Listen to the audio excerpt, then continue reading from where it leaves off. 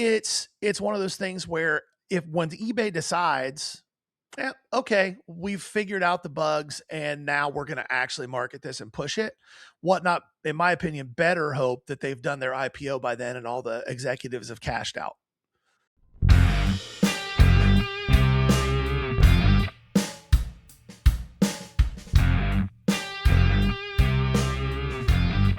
Hello and welcome to the Ballcard Show, the sports podcast For the Sports Collector. This is season 6, episode 28, and we are just a couple weeks out from the National, a little over the week by the time this drops. Yep. Got a little bit of butterflies in my stomach, Gary. It's one of my favorite times of year. Chicago's a great venue, although I'm excited for Detroit. I think that's going to be good too when we get there, but the Rosemont Center is a really well laid out space for this. It sounds like they did a lot with the second floor this year to spread those tables out a little bit more. Last year, it was sardines. You got so anxious, like your anxiety kicked in and you were like, I'm going to the end of this aisle. When you're done, you come out and see. There's no cards I need in this aisle. Right. It gave me anxiety. I did talk to somebody that has some relationships over there. And I guess part of the issue was like, everybody that got their 6 foot or 8 foot table, whatever it was, decided to hang their showcase off by a half a foot, which that's natural. But like you multiply that over a few hundred tables and all of a sudden you're trying to shove another 100 feet of tables into a spot. So yeah, I'm excited about it. You and I are looking forward to, honestly, this in the past, it's been, we have to hit every value box and just dig. And I think we're going to be focused a little bit more on the relationships and saying hey to people and hanging out with some folks that we've done some content with. Yep. I'm sure we'll buy and sell a little bit of stuff too. Meeting different people and who knows, maybe some stuff even off campus, right? Yes. There's a lot of stuff that goes on in the evenings. So extracurricular activities like Portillo's, always. We are right next to the casino. Dangerous.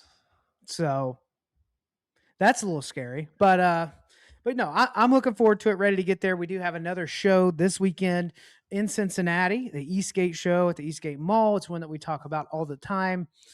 Within the Midwest, it draws a ton of collectors. And when I say collectors, I mean actually people that are just like, hey, here's who I'm looking for. This is who I buy. And it's not just Otani and Griffey. And right? You have plenty of those folks there too. But 2 or 3 times a year, Eastgate is a 2-day show, and this month is one of those months. Now, I'm not 100% sure we will be there both days. We will definitely be there on Saturday. Yeah. We may not be there on Sunday. So if you're coming to see us and you want to make sure that you do, Saturday is when you want to be there because Saturday's we're up in the air. Yep. But we got that coming up. You and I are almost a month in. Yep.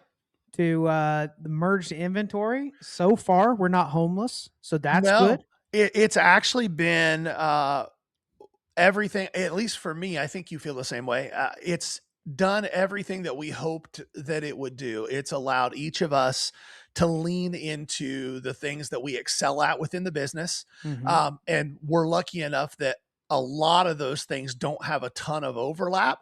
So it has let us become more efficient across the board. And our goal with this was obviously pay ourselves.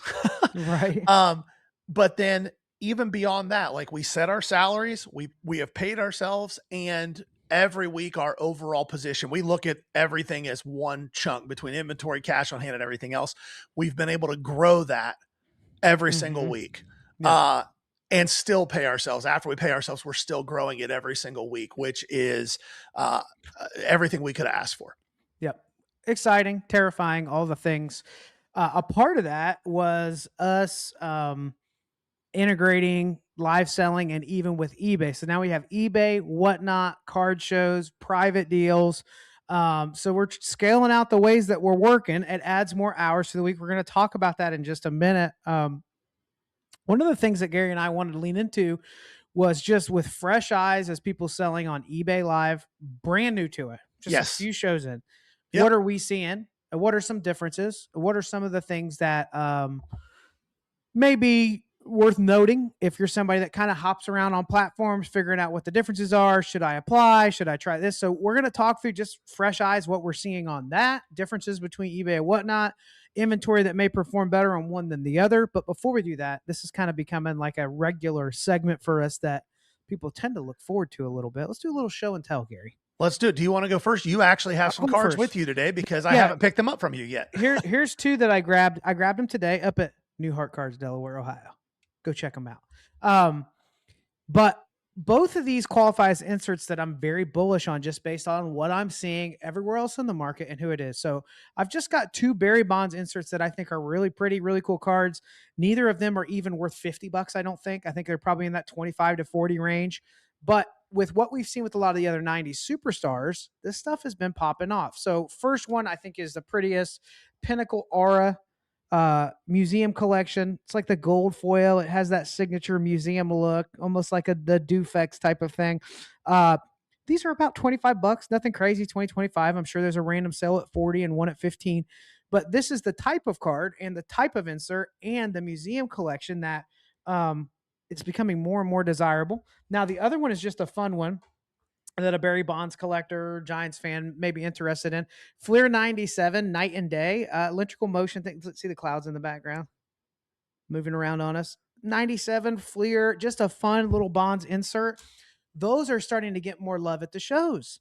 People are loving them, and it's fun, and it's not a $500 card that I'm making a play on. It's just here's a cool Bonds insert for $20, right? Yes. Or whatever. So we're starting to grab a little more of that as we're paying attention to what's happening with the 90s stuff. But those are a couple of the more fun ones that I grabbed this week.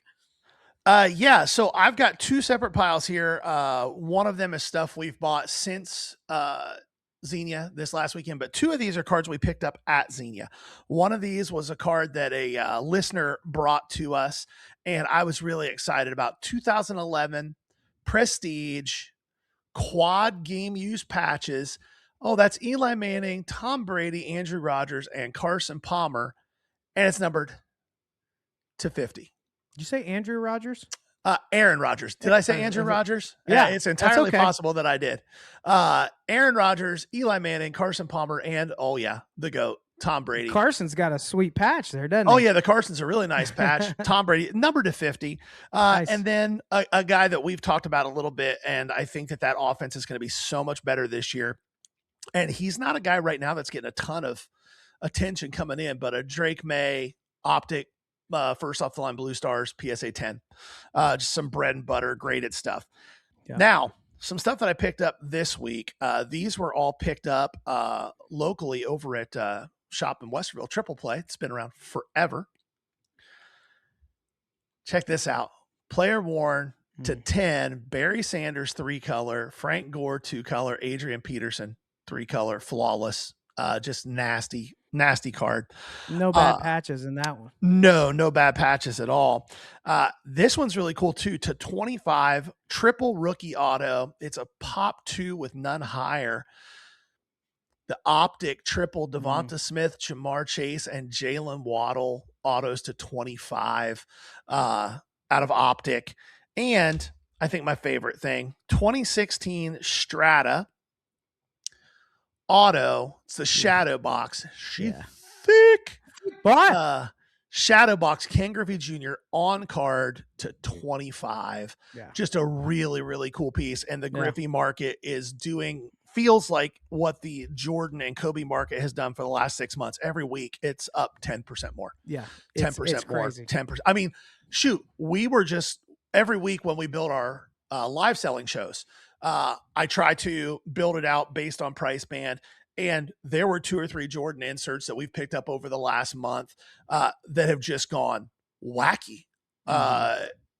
Number crunchers, which is normally, even when it was hot a few months ago, $30, $20, $25 here or there. The last several sales are almost $50. Talk about that Jordan 98 metal, was it championship? Oh gosh.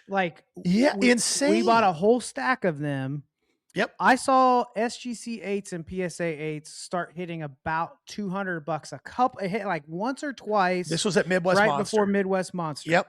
And so I grabbed a whole stack of them, and we paid at or over the last few recent raw sales because I was like, whenever a parallel pops on a goat, typically one or two of the lower grades, when I start seeing 7 and 8s hold a certain value, that's when I believe the card's climbing, Yes. right? And so we had like what 125 on those, 130. We paid $100 a 130. piece for them. Yeah, Yep. and people were for like a week or two like, oh, no way. I mean, I used to get these for 70. I'm like, I know we did too. You used to I get them used for to get them for 20. 50, 20, right? So we held on to it. What were you seeing this weekend? The last PSA 8 just did 880. That's silly. I don't disagree, but that's what it did. Was it auction or an offer It or was what? an auction. The PSA 9 before that did 1,000. It was So this is one wild. like that card is so easy to find.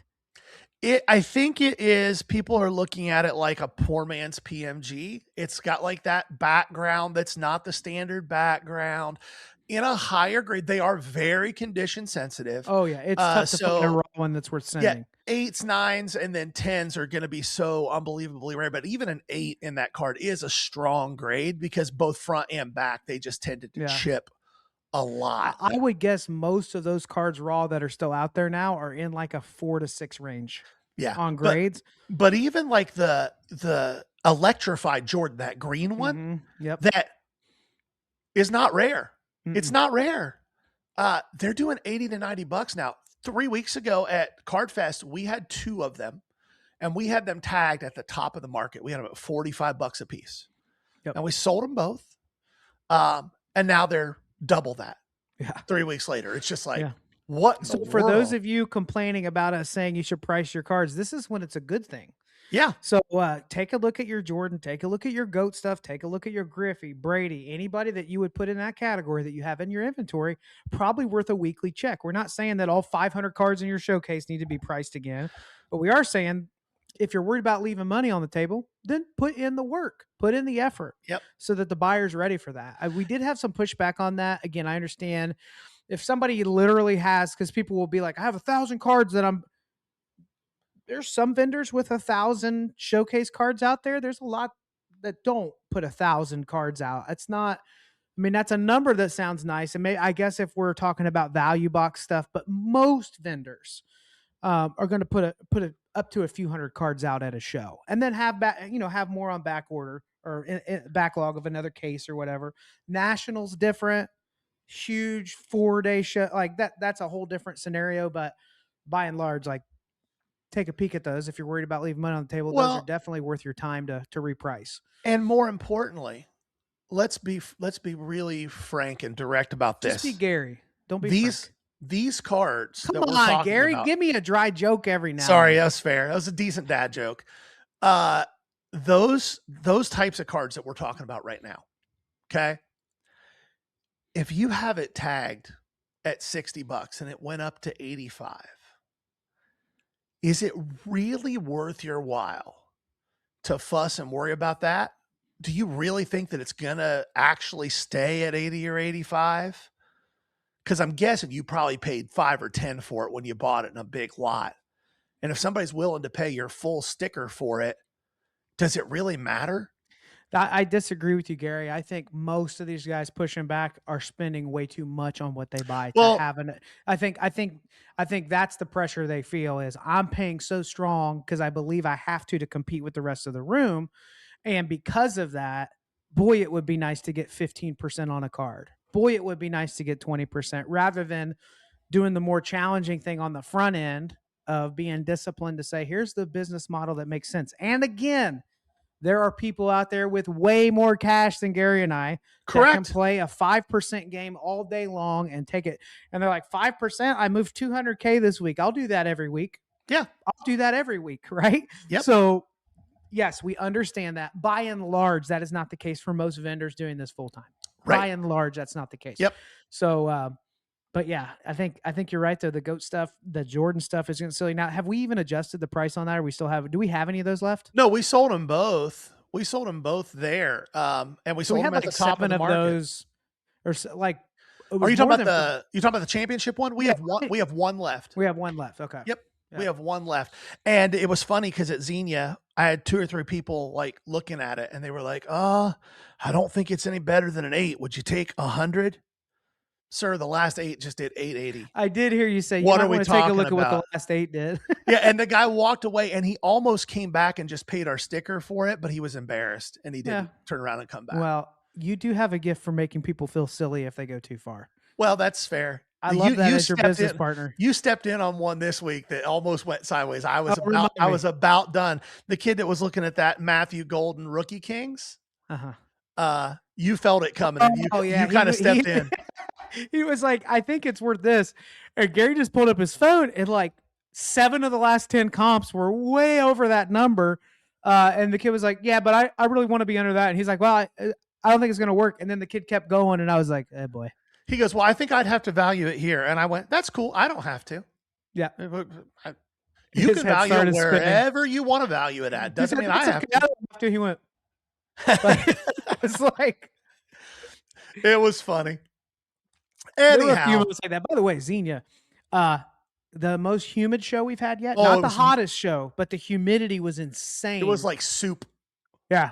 The only Yeah. positive thing was about an hour in, the sweat spots just turned into one giant sweat spot. So it just looked like I was Gary. wearing a darker shirt than I started with. Yeah. It was gross. And Gary wears white t-shirts on hot days. Not often. Not often. Thank God. Not often. Don't need the pepperoni pizza showing. Oh my gosh. All right, let's change subjects here. Let's move into this first impressions for us selling on eBay Live versus Whatnot. If you're just joining and you don't know, Gary and I sell cards for a living. A big part of that for us is the show scene. Last year, Gary did 51 shows. I probably did around 40 to 45. So we are out and about all the time. I've had an eBay store with up to 50,000 listings at one point.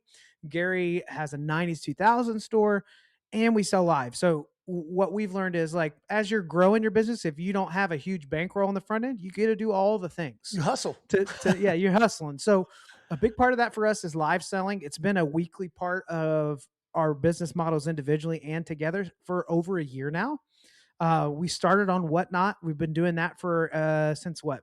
Over a year, like March Over or a year. April. It were probably 3 or 4 months before the national. So like then, for 15 months, we've been doing that. We recently signed a contract to sell through eBay Live. So Yep. we do that at least twice a week. We're trying to figure out how scaling works. We are keeping Whatnot as of now. That's the plan. We want to keep that community engaged. There are people that just want to live on Whatnot and people that just want to live on eBay, and some will do both. But I thought it would be good for us, while we still have fresh eyes, to say what we notice as sellers that's different between the two platforms, what stands out, things that we like, things that we would love to see happen on both of those platforms, knowing that our opinions may shift in a few months with a lot more reps. But I thought it'd be good to give an interesting take because we are getting a lot of people asking, like, you made the switch. What's this? And, so let's jump in, Gary. I should have structured this a little bit better for us, but I think That's kind of okay. our uncandid may be a little bit better here. If you had to pull one big differential between the two markets that jumps out immediately to you, what would you say that it is? When you have 35 or 40 people in your room on eBay, you have 35 or 40 people that are interested in buying cards. It's that simple. eBay does not have a giveaway feature. It doesn't exist. So there aren't people just sitting around waiting for free things. I will say that on Whatnot, a lot of the people sitting around in Whatnot rooms, not just ours, across the board, are simply there hoping they win a giveaway. When you see a room like Debut or Dash with 2,000 people sitting in it, 1,000 to 1,500 of them are just waiting for the $300 giveies and hoping. Like, it's better odds than the lottery, and they can just have it on in the background while they do 5 other things. And if they win a free downtown, good for them. Right. When you're a seller our size and you've got 30 or 40 people in your room and 20 of them are looking for giveies, and the rest are a combination of potential buyers or just your friends that are hanging out, which we enjoy. It keeps the vibes high and the chat moving. It's fun. But on eBay, the people in the room are there because they're interested in buying cards. Yeah. I'd say the biggest thing that I notice is the pace that's expected on the platforms. So on Whatnot, I think a lot of sellers have learned that your biggest fight is for attention. because to the next show is just the swipe of a thumb, right? And when giveaways are running, there's a portion that are just chasing that. This is not everybody, and there are rooms that have dedicated, and they have 100 people in the room. There are some whatnot sellers that don't even mess with giveaways that are very efficient. Um, it is the minority, and they're usually early adopters of the platform that have a large following Yeah. already. Yep. But the pace is a little different. I've noticed that eBay is a little more laid back.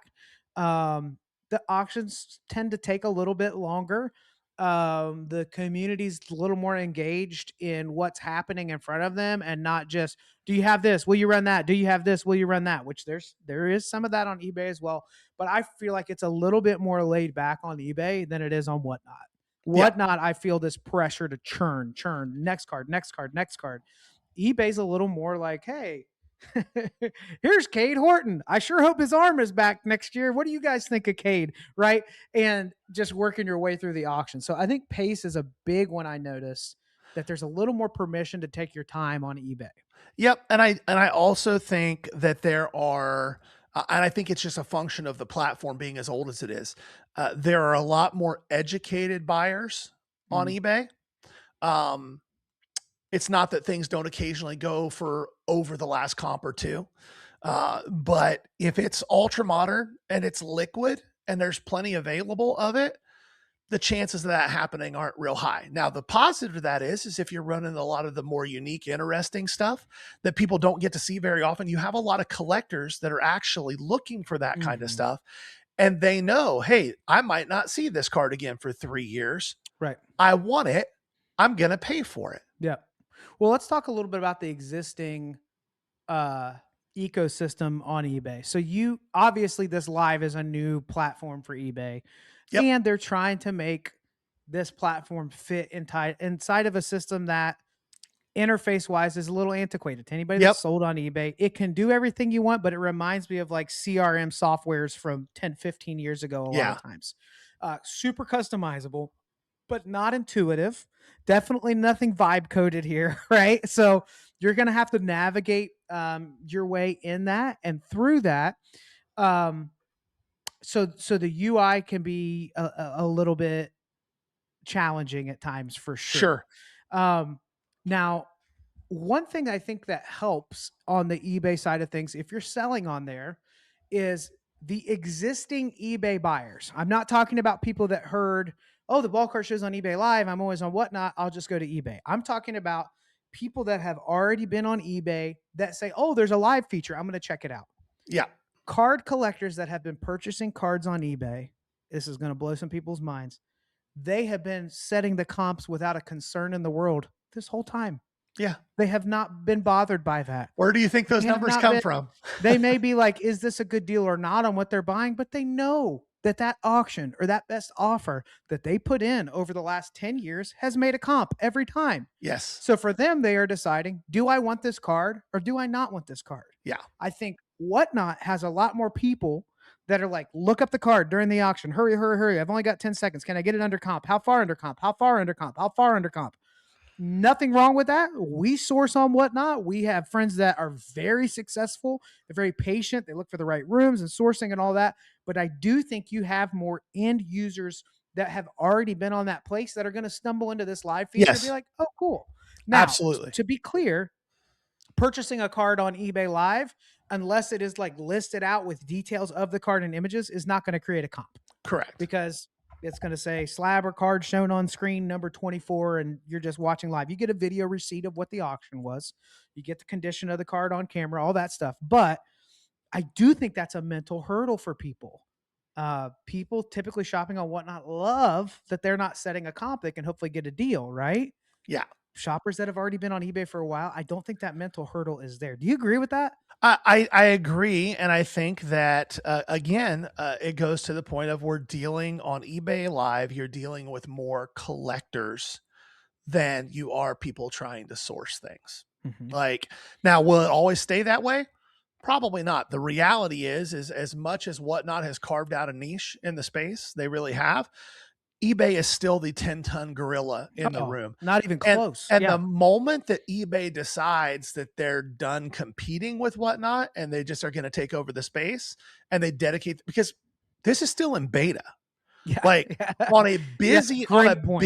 night on eBay, there are maybe 30 people in the sports card niche that are running. On a busy night on Whatnot, there's 8 or 900. Yeah. Like it's not Yeah. anywhere near what it's Mhm. going to become. Yeah. And we were lucky enough to get in on the front end of it. Like I wish we had been able to with Whatnot 5 years ago. And We could have. we could have, but we We didn't weren't ready understand what for we were doing. that. We weren't We had no ready. idea. Yeah. So it's one of those things where if when eBay decides, okay, we've figured out the bugs and now we're going to actually market this and push it. Whatnot, in my opinion, better hope that they've done their IPO by then and all the executives have cashed out. So if that's the case, and if that's true, and if that's what's coming, and you are an executive with Whatnot, is there anything you would change to try to strengthen the platform, the app, maybe the card space specifically? What can you think of anything that you would adjust, change, or hold on to Yeah. stay a viable option? Yeah. So we'll start with the good things. The UI is fantastic. They don't overload their sellers on the back end with information that they don't need. Mm. There are things within the way that eBay reports numbers that make it really hard as a seller to know what your true It's a little margins more are and everything cumbersome. else. There's Yeah. a Yeah. lot more math involved. I told you the other day, it felt like I was doing calculus just to back out to get to our proper numbers. So those are the things that Whatnot does a good job of. What Whatnot has failed miserably at, in my opinion, is in their breakneck rush for growth to reach the point of being able to do an IPO, to have enough revenue to generate interest in that world. They have allowed a relative cesspool of activity to start happening on their platform Yeah. over the last 36 months. Most people don't have a positive in the hobby, don't have a positive view of Whatnot overall. They may have positive views of individual sellers, Yep. but they do not have a positive view of the platform overall. They don't feel as if it is a safe platform. There's a lot of shenanigans that go on. Oh yeah. And You have people doing a strip tease to sell a Pokemon card on there. yeah, You have, or just like people or breakers don't send the cards, or they shut down the break halfway through. If anybody calls out bad practices, they just yeah, ban them from the live. 15, 12-year-old kids with their Zion cases Yeah, after school. Now, I love the hustle, yeah. but kids, go set up at a Well, I show. mean, That's not the spot for you. it happened to you early. You thought you got a great deal on a Joe Burrow rookie XRC. Yep. XRC, and then they PSA just 10. never sent it. Mhm. And it took you 3 weeks to get your money back, and Yeah. it wasn't $100. No, I think It it was was like a $800 yeah, it was for a everything I especially bought. early on in the business for you. Like that was a big chunk I of needed working it. capital. Yep. Yeah. Yep. So if I'm in Whatnot shoes, I've got to decide what my priorities are, and what they have decided their priorities are is making sure that their revenue is as high as possible. Not that Volume. they're not trying to create the safest environment possible for both buyers and sellers. Now, I would say this, and we haven't talked about this and haven't even mentioned their names in a long time, but the way that they handled the backyard deal with the stuff that he was Oh, it was saying, awful. Yeah, it was awful. that like set the tone for what's going to be allowed. Yeah. And if a clear violation of the code of conduct does not impact them in any kind of way, then we shouldn't be surprised that we've seen some of that happen. Now, I'm going to say this too. There are incredibly good human Yes, beings that have joined Whatnot absolutely. in the last 6 months that are brand new to selling that stuff, that have great shows, and they're very honest. There's people that we respect, people we've interviewed, people like Great that have built a huge platform there, that are good vendors that work hard. We see them 3 days a week on Whatnot for a bunch of hours, and then every weekend all over they're traveling and sponsoring shows Yeah. and working, like grinding it out. Like, I ton of respect for that. Yes. But I do think you're right.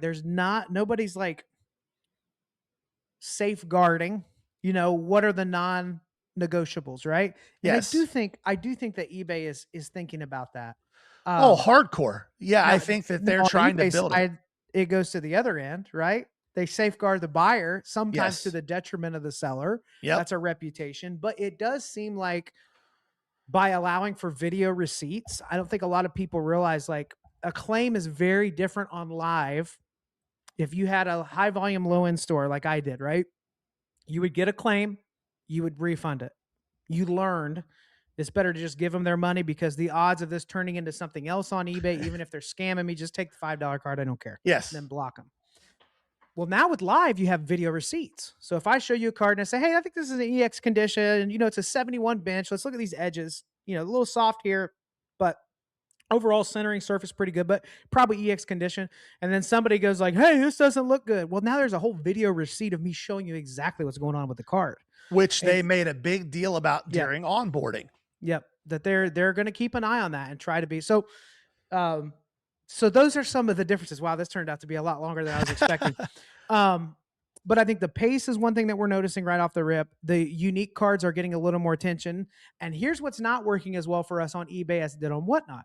On Whatnot, you will find a trend of a type of card or a new product that will overperform comps, knowing that if we also run some PSA 9 rookie slabs that are worth $50, most of them are going to do 35 to 40. At I the can most, almost yeah. guarantee you, like, if it Yep. doesn't have certain factors, but if I have a $10 Shohei Mojo refractor, well, Shohei's probably not the best one, Mizorowski, okay? Yeah. Super hot, but not like established GOAT, right? And those get a lot of excitement that'll do 15, maybe 20.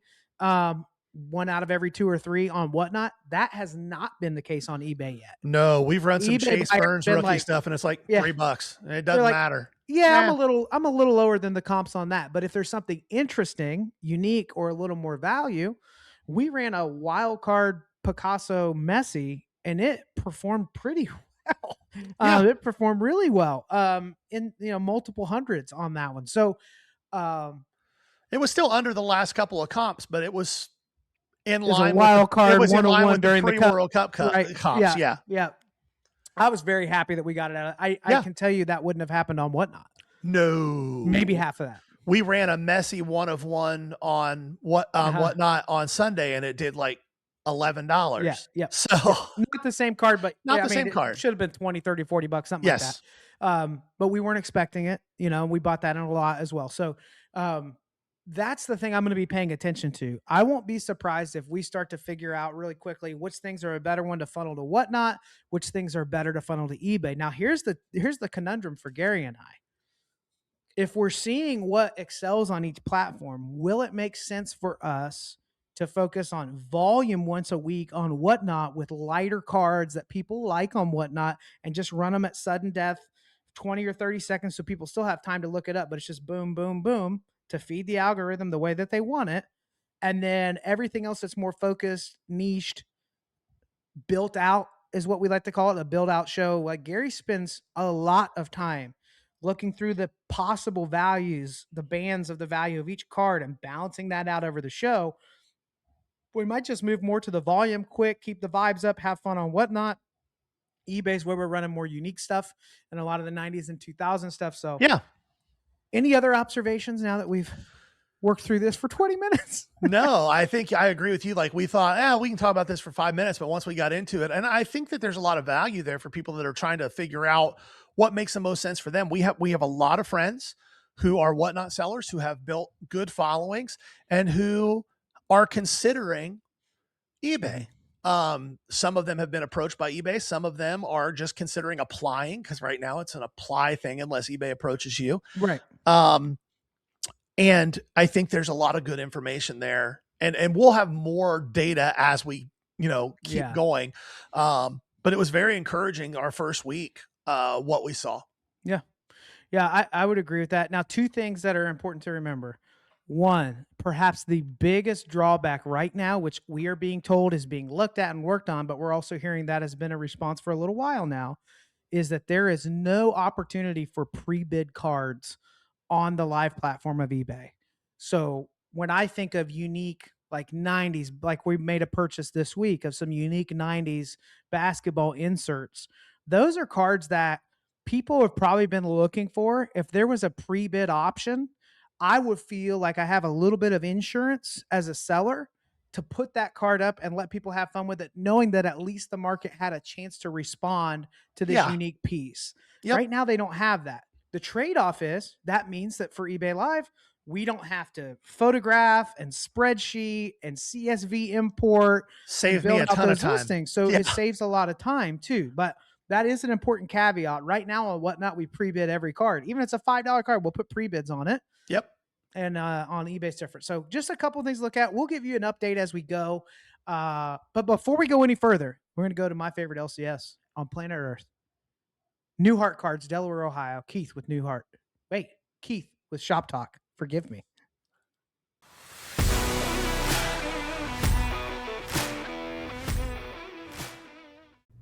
Hi, this is Keith at New Heart Cards, and this is Shop Talk. We are in panic mode. When this video drops, I think we're 10 days away from the National. We still have 30,000 cards to price, cards to prep and look pretty. So this is the time of the year coming up to the National that we start thinking, oh, we got a work to do. So I even took a box home last night and actually did it, which is super rare for me. So just kind of wanted to get into the notion of where we are right now. So we are in the process of pricing, I think $30,000 or $40,000 value box cards. So again, making them look pretty, pricing them all up, making them look good. Recently, we found a bunch of packs that we had bought years ago that we are going to price and get out as well. Really cool stuff if you're a wrestling guy. There's old school heritage. We found 2018 Donruss packs. We found 2018-19 Donruss basketball packs. So all that stuff. So again, we price every single card in our booth. Every single card has a price. We wait to price our showcase cards when we're usually 3 to 5 days out for the National. So everything is going to be priced. My goal for the whole week is not to pick this up, right? Everything is priced, ready to go. I don't want to have to spend time looking up, comparing comps to. I know what the card is worth. I know what we're trying to sell it for. We're at booth 3412, which if you walk in and go all the way to the back and then keep going to the back, that's kind of where we are. But a lot of people say, hey, that's where the money is. That's where the business gets taken care of. So we're in the back. Come check us out. Again, we do not buy one single card at the National. Come check us out. Panic mode. Peace and love. All right. Good luck with all that pricing, Keith. Sounds like you have a bajillion more cards to get ready. The National's wild, yep. man. Yep, it is in the wild. For sure. All right, Gary, I want to take it back to the annals of history. Deep in the annals of history. All right. We are going to do a segment that we used to do all the time called Pop or Drop. What does that mean? We have a general idea, but we break our own rules many times during this segment. Pop or drop is similar to a buy or sell. A pop is something that maybe we would hold on to or we see upside. A drop is something we would say sell and get out of it. It doesn't mean that a drop is bad. It could mean this is the peak of the market. So now is the time to drop that card and get out of there. Or it's, oh, that's a bad idea now and it's a bad idea in a year. That is a drop. Yep.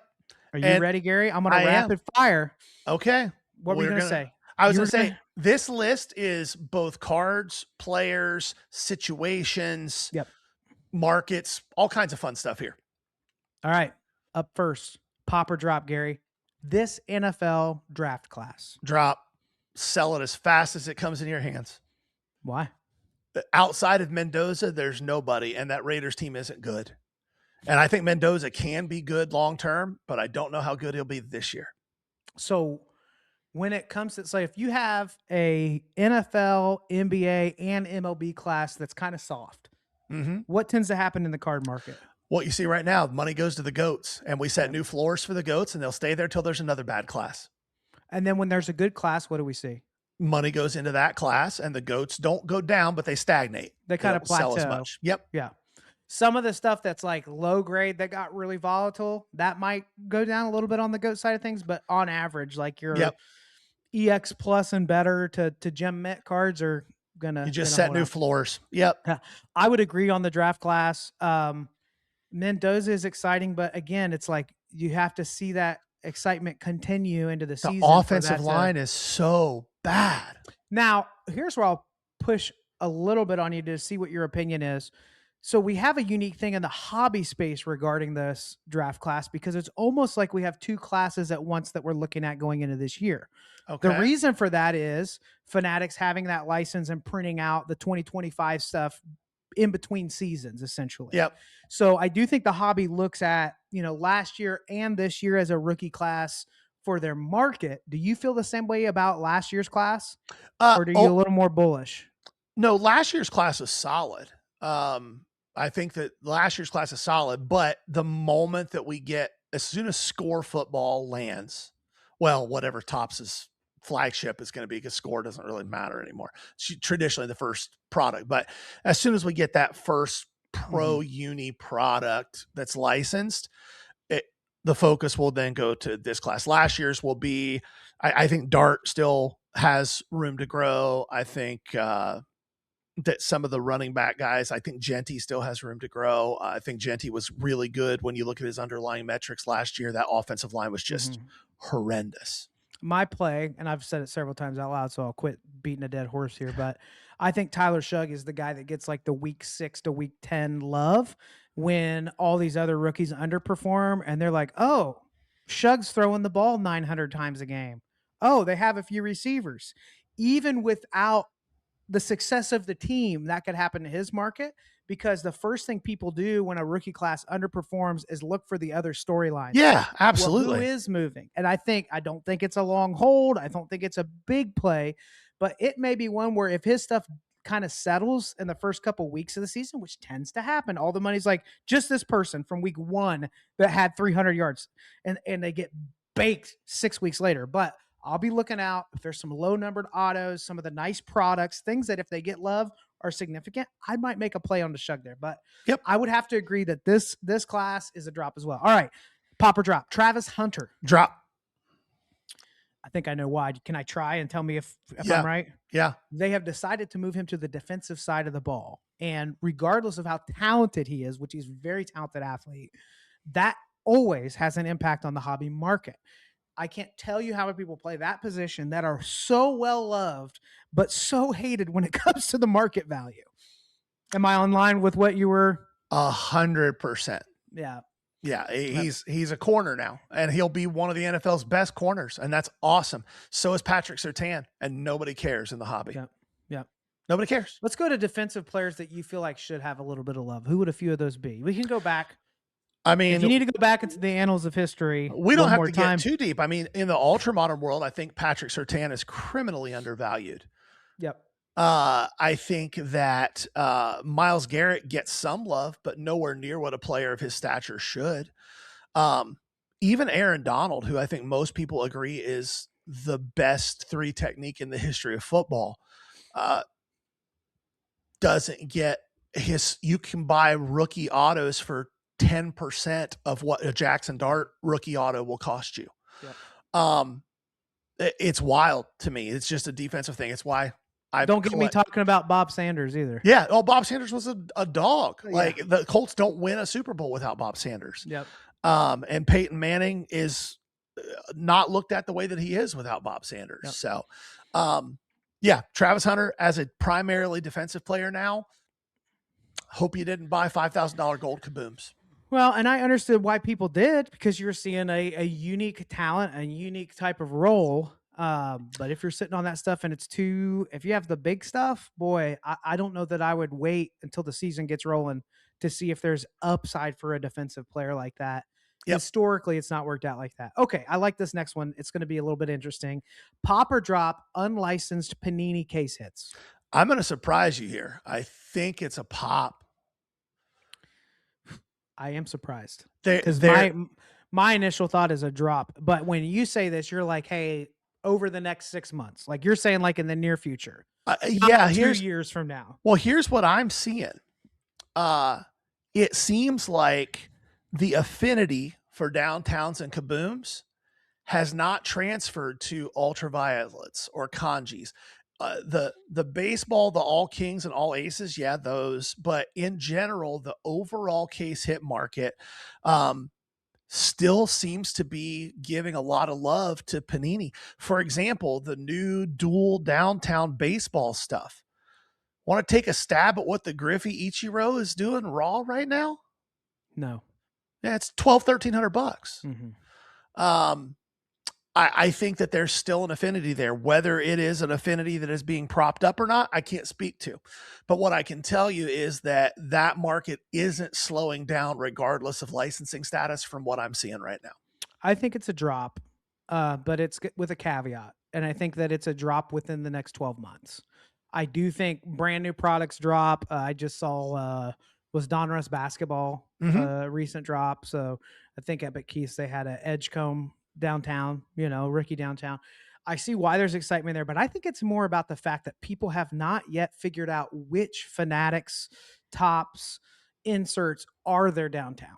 I think that's fair too. I think they knew that they needed to have something that was going to catch that downtown market, that case hit chase that a lot of people love. And it's not that Tops hasn't had case hits, right, or SSPs, but I think it was kind of like a shotgun marketing approach of like, let's just dump a ton in and let the people decide, right? Yeah, I think there's a lot of truth to that. I think ultraviolets are beautiful. I think the glass canvas out of Topps Chrome Basketball was a gorgeous card. I think the Paradox are kind of cool, but they're busy. I think what's the one that you mentioned? I love the alter egos. The alter egos are awesome. Amazing. Yeah. What's the other cartoon one, anime one? No, they're not called kanji. They're called kaiju. Kaiju. I think those may end up as the ones that are being looked at the same way as downtowns. I loved the Tecmo Bowl ones. Yeah, but here's the thing. Tecmo Bowl is so generational. Yeah. Like, how many 20-somethings have a clue what that is? Right. Very few. Yeah. And Gary, here's where it gets really gross. How many 30-somethings? I don't want to talk about this. Every time you do this to me, I don't like how I feel on the inside. What is the next thing on our list? There are probably a lot of 35-year-olds who are like, I started with N64. And then that's what is the next thing on our list? I don't like any of this. Well, this isn't going to help you. But it was about 35 years ago. Shaq came onto the scene, Gary. Shaq is the next pop or drop. Pop with a caveat. You have a very small window left, in my opinion, to try to buy some of his nicer stuff before it just goes to the roof. I have, in the last 2 weeks, between private Facebook groups and DMs, have seen multiple big movers in this space. I'm talking about people who drop millions of dollars a year on cards, asking for big Shaq, like $1,000 to $5,000 Shaqs. And those people don't make those moves unless they feel pretty strongly that they're going to double or triple their money. In a relatively short window. Tinfoil hat theory here. Oh, there's maybe some shilling there. If it wasn't for the big money moving in and, crowning these people, we would never see that. That's true. But has Shaq been overvalued or undervalued for the last 35 years? Drastically undervalued. What are we talking about? Yeah. Shaq should be a better value card. But now, the pop is caveat. Well, I hear you, but here's where I'll push back. There are because of the span of his career, the lower level SP stuff, there is so much out there. I'm talking about the nice stuff. Yeah, you've got a short window on the nice stuff. Your caveats just on the big stuff. I think it's a massive pop. I don't think with the rookie classes we have right now, we can get into the stuff where people speculate about media coverage and Shaq and this. He's one of the highest exposure athletes of all time. More brand deals than just about everybody. He's a household name. He's known for going into a jewelry store and buying somebody's engagement ring while they're looking in there. I mean, he's a very loved person, period, that happens to be a superstar athlete, right? So I think it's a pop on him. That caveat, I'm not worried about. I still wouldn't be hesitant to do that, but you are right. We're seeing that anything we have Shaq-wise for us, like over 3 to 5, like even when raw stuff with a little bit of value, double the last comp ever is happening. It snaps. That's an indicator. We would call that an indicator. Yep. We ran a light slab that in an 8. There was a recent comp of around 15 or 20 bucks. I think it did like 35 to 40, and people were like so pumped to get this. Yeah. So I think it's like some of these players are going to be outperforming that. Now let's go to the next one that gets talked about more than anybody. Tim Duncan, pop or drop? Drop. I wish it was. Can I guess here? Can I guess? Yep. Because by now, if nothing has made an impact, nothing's going to. I think that's part of it, but the bigger reason that I think that nothing's going to, um, all the things you just said about Shaq are true of Tim Duncan, one of the top 10 players of all time, probably the best or second best 4 of all time. Also one of the most boring human beings to ever be covered in professional athletes. And that's the problem. When he was in his playing days, he went out of his way to be boring. Mhm. When he retired, he's gone out of his way to stay under the radar. He's not on podcasts. He doesn't have brand deals. He doesn't do all these things. He just wants to live his life. And so he is going to fall into that bucket of goats that a lot of baseball guys fall into, that are Hall of Famers, that were great players, but they're under the radar, and no one cares. He's the Jeff Bagwell of basketball, like all-time great stats, top 10 in a lot of things, top 5 in a lot of things. But from a hobby standpoint, there's just no juice. What's surprising to me too is that the San Antonio hobby market might be one of the hotter markets in the country. And you have a team that has more hobby excitement, fresh hobby excitement than anybody. The Knicks have always had diehard fans. You know what I mean? Sure, there's some excitement. But they've always the Spurs, man. It is electric what happens at hobby shops in San Antonio. The show scene, like, so it is surprising to me too. But for some reason, I agree. It feels like this is a guy that just doesn't ever seem to get that hobby attention. Now, if you want to take a flyer, get something really unique. Get something really nice, low numbered. Yeah, it don't way overpay. Now he still has some massive. I think there's some EX. There are, but that are numbered. The thing with those though, the credentials, the essentials, the future, and the now. The thing with those though is, I believe pretty strongly that those sales are more about the set than they are about him. Set registries, essentially. Yeah, the fact that he is a Hall of Famer and considered a great adds to that. Yeah. But those sets in general sell really strong. Like, we bought a PMG of a no name who made 1 Pro Bowl, and we didn't care because it's a red PMG and it's PSA slapped. Like, we're buying it. Yep.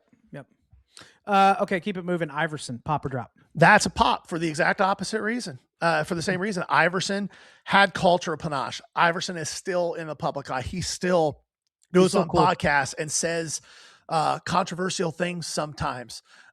He's still in the limelight, and just what we see week in and week out between shows and live selling, we get a lot of people asking about AI. Bubba Chuck, baby. Yep. Yeah. And his stuff that is like certain parallels, refractors, you got certain Sixers unis that people are drawn to. But I see that as well. I could see that being a pop. All right. Non-superstar 90s and 2000s. I'm assuming you mean inserts and numbered as a part of that. Is that? Yeah. I'm talking about the sets like we were just talking about. So non-superstars, but they're in the unique numbered stuff from the 90s. It's a mixed answer. Can I give a mixed answer on this? I mean, it is pop or drop, not and or drop. Okay. Well, in general, I'm going to say drop then. Although the caveat would be, and the reason is that what I don't want people to fall into the trap of is, you're seeing things like a credentials of a star, or you're seeing Griffey gold medallions or platinum medallions go up dramatically.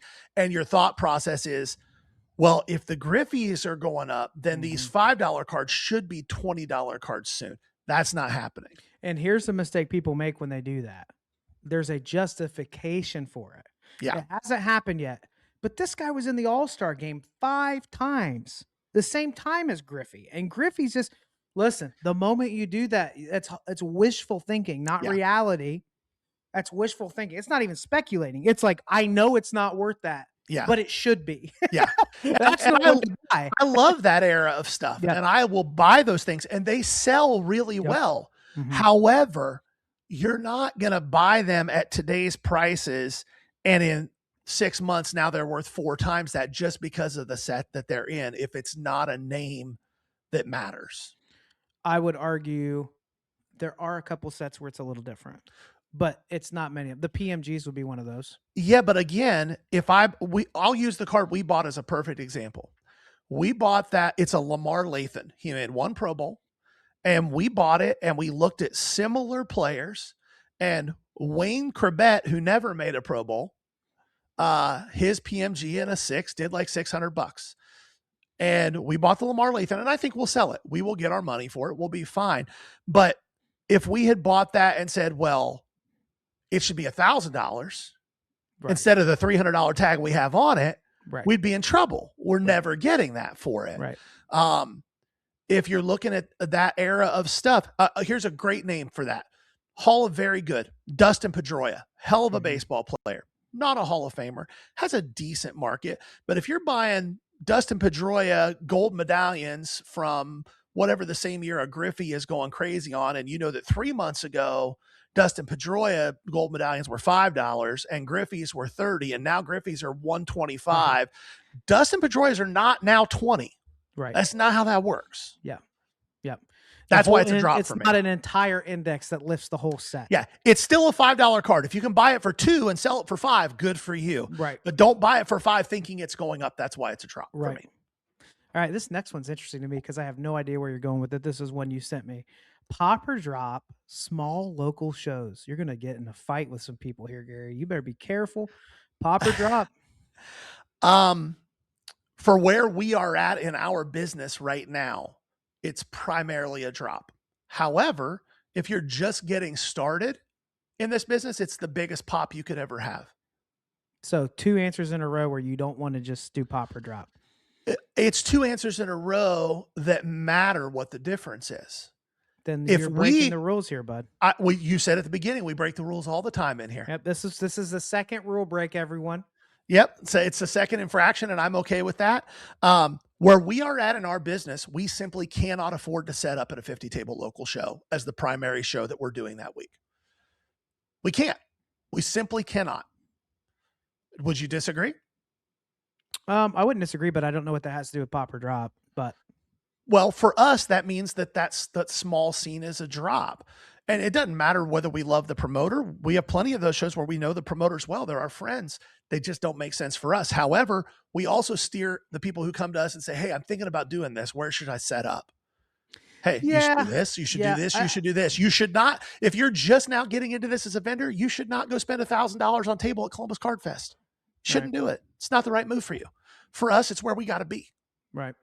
Yeah, I don't know. This feels a little bit flexy to me, this answer. Oh, stop. I'm not trying to be I flexy feel like with you're the big answer. time in everybody, Stop Gary. Stop it. You come down from your ivory cloud here stop and it. sit with us regulars. I agree and I disagree with what you're saying. I think for us, yeah, we can't do that 4 times a month. We will not generate enough revenue to pay ourselves. Correct. Unless, now, having said that, there's some OGs been doing this a long time. Got about 100 repeat buyers a month that come into these small local shows for them. They churn out great numbers, or they have a different business model or margin. That's the key. Yep. You know? And so when I talk about the state of the small local show, I think it's a massive pop. Oh, yes, that I agree with. The state of the small local show is a massive pop. Shows in general is a massive pop. Columbus Card Fest, there was a lot of discussion about can it sustain? And there was another show 20 minutes down the road that's been around a long time, a 2-day show at a fairgrounds. It's well established. It's been here a long time. And there was a lot of concern that show is going to take such a hit because there's a big show 20 minutes down the road. Everything I heard was that show was packed too. And the one an hour down the road had plenty of foot traffic. Yeah. I heard by and large. Now, is saturation a thing? Sure. But the thing that all of the, race to the bottom theorists are missing is that as money enters the space, there's also a ton of new collectors. Yeah. You multiply the number of people engaged in a space from a few years ago, and that creates a higher lid on the market, meaning that it can sustain more. And a higher floor on the market. Now, what this doesn't mean is that people that are poorly organized and don't promote well and don't get foot traffic just because it's a small show, it's a pop. No, That's not what that means. no. But I think the state of the small local show is thriving. I think they're evergreen, man. I do.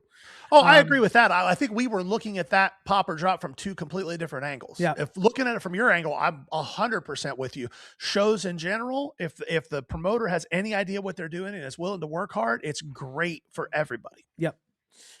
I still like setting up with them occasionally when we don't have anything else going on. When like it's not that our we have to primary thing. do. Yeah. Now, sometimes buying is better at a smaller local show. Mhm. So you got to think through the buying or selling side of it when you're looking at that. But I wondered why you had that in. That was interesting. Yeah, there you go. All right. I'll let you get back on your ivory cloud. Give you a minute to climb up there. Ivory tower. I don't know why I keep saying cloud. All right. Collection buyouts. Pop or drop? I'm going to say right now, drop. And I think you and I both were hoping that this would be the year that they would be a pop, but the market continues to rise. It continues to grow. And I continue to talk to people that want to sell large collections, who have what I consider to be unrealistic expectations for what that looks like for a buyer. Give me can you give an example of what a scenario might be? Yeah, I actually had a collection that I looked at. It was a Facebook Marketplace deal. I messaged back and forth with the person over the last week. I didn't even tell you about it because it was such a nothing burger by the end of it. They had their collection broken down into two sections. Stuff that was like somewhat valuable and then a bunch of bulk. And they wanted 90+% for all of the stuff that was somewhat valuable. And then they wanted $1 per card on the bulk. And in their justification was, well, if you sell them for $2, you're doubling up. Well, that's not how that works. No one's buying this Mechie for $3, $2. As I say a lot, like there just doesn't exist a world where I do all the work and you make all the money. Like that's just not how that works. If you want to do all the work, I'm happy to help you. That's what we do on this podcast. I'll teach you how to do it. I'll show you, I'll guide you, but I'm not doing the work. Yeah. I hear in general on the broader scale, a lot more collection buyouts. Well, they're happening. People that are like, oh, I've been holding on to these Jordans. It really seems like now's the time to move this collection. I think on the nicer stuff where people know what's in the collection, it's probably more of a pop. I think sourcing collection buyouts is getting really tricky unless you're going after big stuff where they know what they have somewhat and you know that you can afford it. Because the other caveat in this is live selling has introduced a consignment piece to all of this that's brand new, where people just, it is whether the results are going to be, like I already know where you're going with this, whether the results are going to be there for them, the thought that somebody else is going to try to get full value for me and I give them a cut somehow to that seller, I think feels a little more equitable, even if they don't understand the risks of running all that stuff on live, that it can go very badly for them too. Well, and more importantly, I think a lot of people who have come into the space and aren't as deep into it, they don't go to a ton of shows. The primary, I really said that weird. They primarily source their collection by opening some blasters, maybe the occasional hobby box here or there. I think there's an unrealistic expectation that people who live sell want all your commons because they're going to go for $2. Mm-hmm. They're not. Right. They're not at all. Yep. Okay. Well, I hope this next one's rainbows and sunshine too. Vintage market, pop or drop? I'm gonna go first on this one. Yes, please. Vintage market is a pop. I see a migration towards vintage. I see it moving way quicker. I see it. It's much harder to source. It's not walking up as often, especially graded. The graded vintage stuff is getting love across all three major graders. It is not just PSA or nothing. So as I watch the money move towards the GOAT market, for example, have you seen what's been happening with Willie Mae stuff?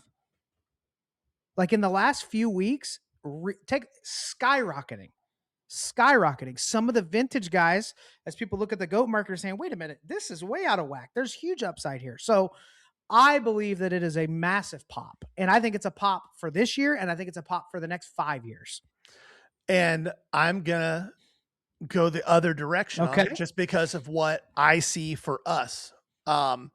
This is We not have our business pop or drop, Gary. no, That's 3 in a okay. row. Well, I'm just telling you what I'm seeing. I'm not looking to buy vintage hard because vintage is just sitting in our showcases. Trash vintage is sitting in our showcases. Really? We haven't had liquid vintage.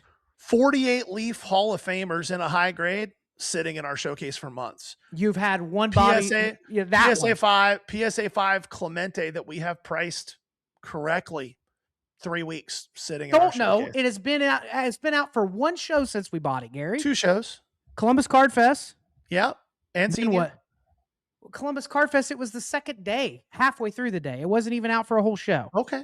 So, I'm telling you what I see. Gary thinks that even our nicer raw hold on. vintage. A 56 Clemente and a 5 is not liquid for Gary.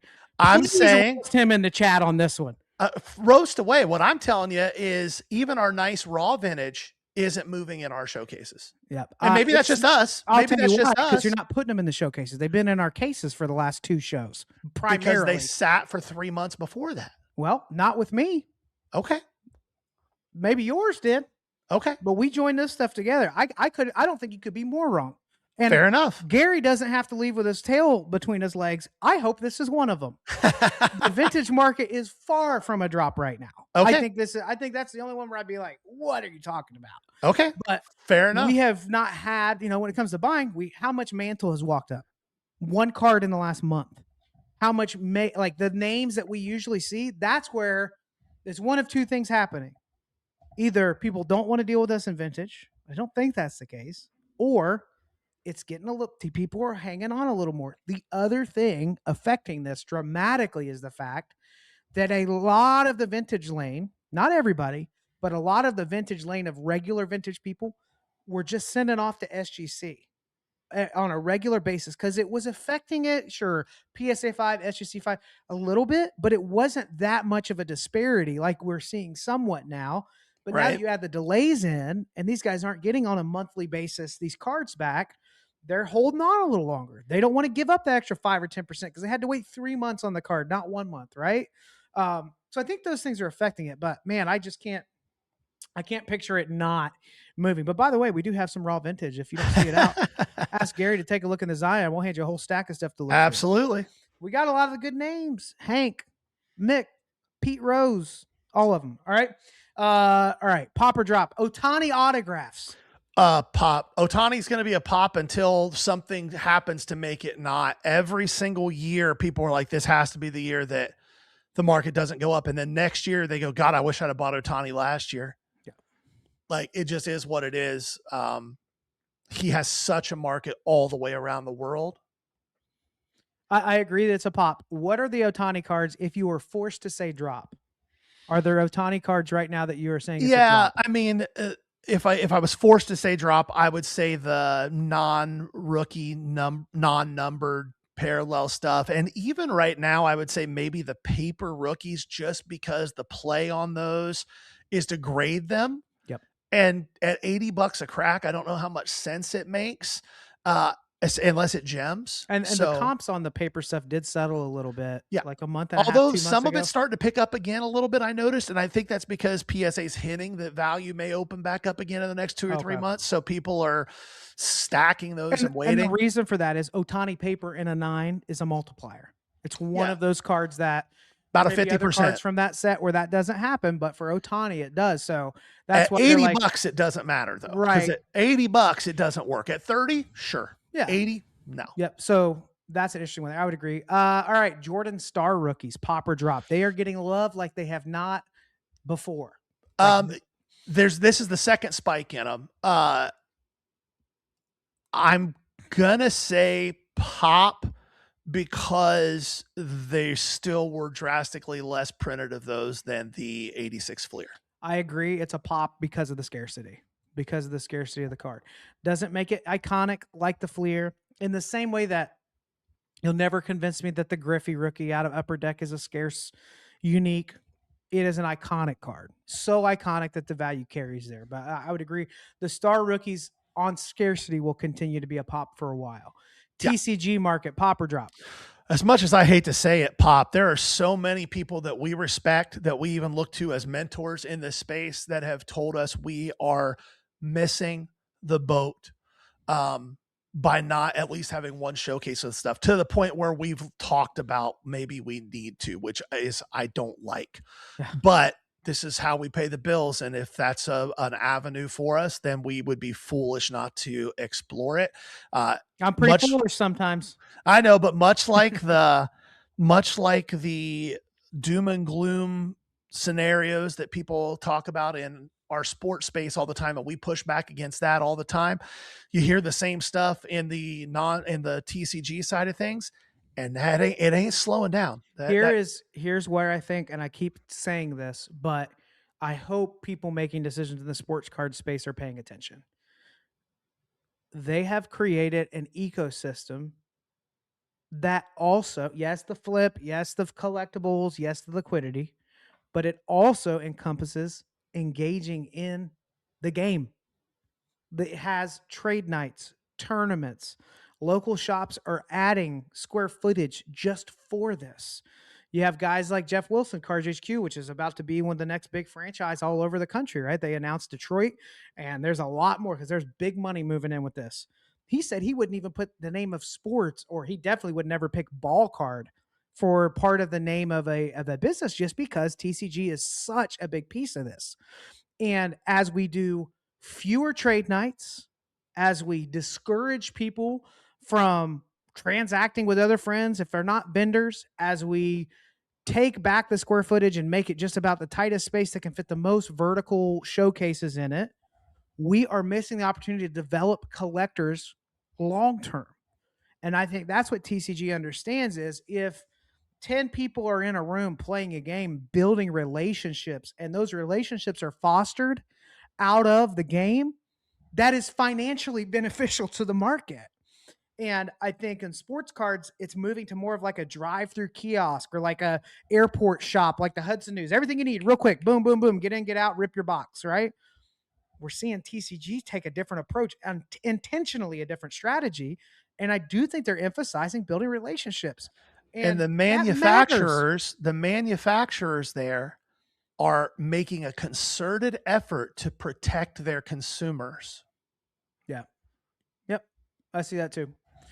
So massive pop. Now I'm not going to go into the lane and say that it's like, what's the one that everybody was going nuts are? One Piece, right? Which is still kind of popping. I'm not just getting into One Piece or just No. Pokemon or that, but I think the TCG space at this point, something is established there. People are showing me $20,000 Mickey Mouses at a show. I don't understand what's happening, but it is happening.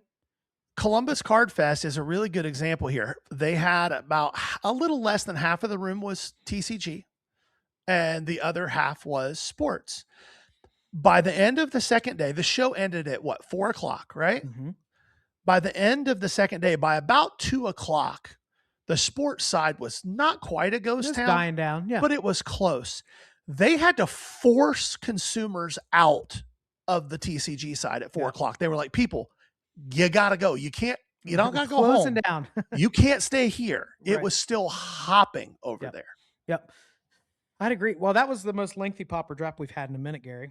It was. We'll have to bring it back again soon.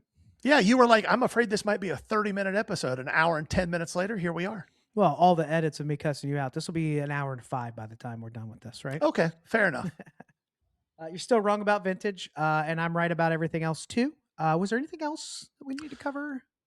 I don't think so. We hit upcoming shows. We'll be at Eastgate this weekend. We're not sure about the following weekend. We'll probably be somewhere, at least one of us.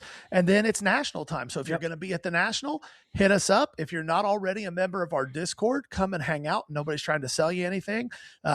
There's no Eric Michael courses. Nobody's trying to shove cards down your throat. We just hang out, talk sports and cards, and a lot of other dealers are in there. So there's a lot of great people and minds to lean on if you're wanting to learn things about this space. Our link trees in our bio, you can join there. I think that's about it. That's about it. Be sure you see Keith at the National. Go through and around, past the Breakers Pavilion, past the PSA submissions, back towards the area where there's the autos and all that. You'll see New Heart Cards. We'll be hanging out there quite a bit during the show. Download the LootX app. They have the map. They got the map there. All right. You already gave the plug for everything else. Be sure to give us a follow. Appreciate you watching, hanging out. This has been the Ballcard Show, the sports podcast for the sports collector. Bye now. Peace.